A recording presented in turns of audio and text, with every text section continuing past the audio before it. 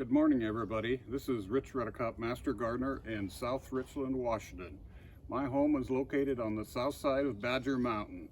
Today, I'm going to make a video about how to grow dahlias. The Master Gardener program has asked that we provide public education videos about various things the Master Gardeners do. I've been growing dahlias now for over 15 years, and yesterday I planted 63. So today we're going to start with a short segment on tuber science, and then we'll go out to the garden and plant a dahlia. Okay, let's talk about the tuber. First I'll get rid of Sunny, my prop. This is a pretty typical tuber. It has three main parts that we need to understand before we can grow dahlias well. The first is the body, the second is the neck, and then third is a stem section where the bud eyes form. I like to refer to the body as the gas tank, the neck as the gas line, and the bud eyes as the engine of the car. The whole purpose of the body, the gas tank, is to provide energy for these sprouts to pop through the soil, form leaves, and then produce energy by the sun with the process of photosynthesis. If the neck is broke, no gas or energy can get to the bud eyes, and your dahlia typically won't grow. A couple things about selecting dahlia tubers. First thing you ought to do is give it the squeeze test, the Charman test. The dahlia tuber should be firm. It should not have lesions or soft spots. If it has soft spots, it can lead to rot. The neck should not be broken, or again, the energy can't flow to the bud eyes. And you should have at least one bud eye on the stem section. Now that may be very hard to see when you order your dahlia tubers and they come in the mail, but rest assured, plant them in the soil, and soon, in several weeks, you will have dahlias sprouting up through the soil and eventually beautiful flowers to harvest during the summer. Welcome everybody, welcome to Dahlia Flats. This is the part of my back 40 garden where I grow all my dahlias. Let's talk a little bit about where you should plant dahlias. Dahlias, first of all, like full sun. You can put them in partial shade, but they like sun the best. The other thing to think about is where is the location that you're planting with respect to water. Dahlias don't like to have wet feet. They will rot if they're in standing water. So please make sure you pick a spot that has good soil drainage. My garden here is mostly sandy loam. I can put an inch of water on it and walk away, and 20 minutes later it's all drained away. So I typically don't have to worry about water rotting my tubers. Okay, let's talk about the soil a little bit. People ask me, what kind of soil should I grow dahlias in? The easy answer is any good garden soil that you can grow your garden plants in will do just fine with dahlias.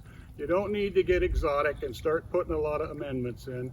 What I do with my beds is, in the spring or in the fall, I put about a half an inch of compost on the top of the bed and then work it in.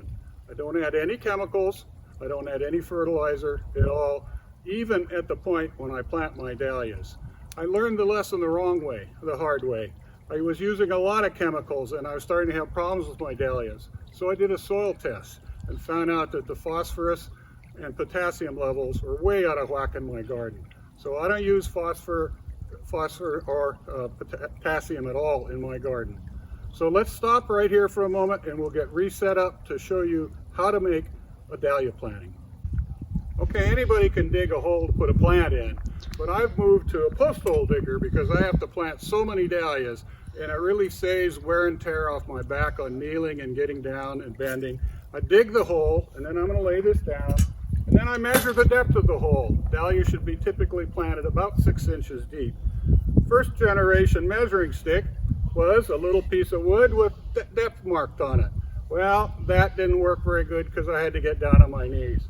So now I use Excalibur. Excalibur is nothing but a lath with the scale on the bottom. It goes 1 to 6 inches and a crossbar. When I dig my hole, I set Excalibur in the hole. If the bar touches the soil top, I know I've got a deep enough hole, and I can get down and plant my dahlia without having to do any more soil hole adjustment. Okay, so let's dig. 1, 2, 3. Okay, now let's use Excalibur.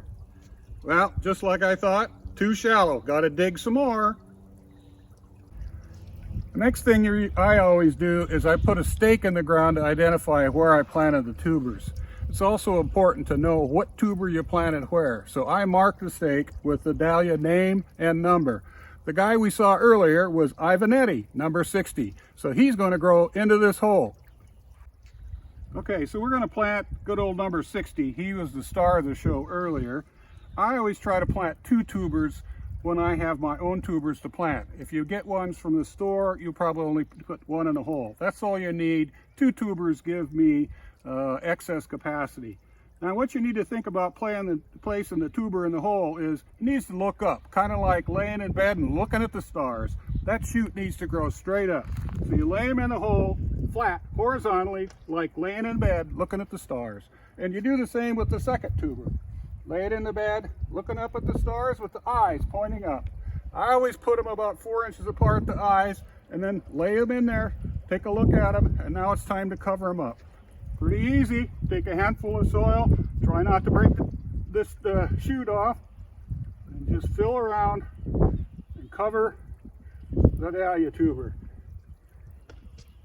And I like to fill in about 2 inches, and the reason for that is with that little bit of soil, the soil will continue to warm up and speed the growth of the dahlia.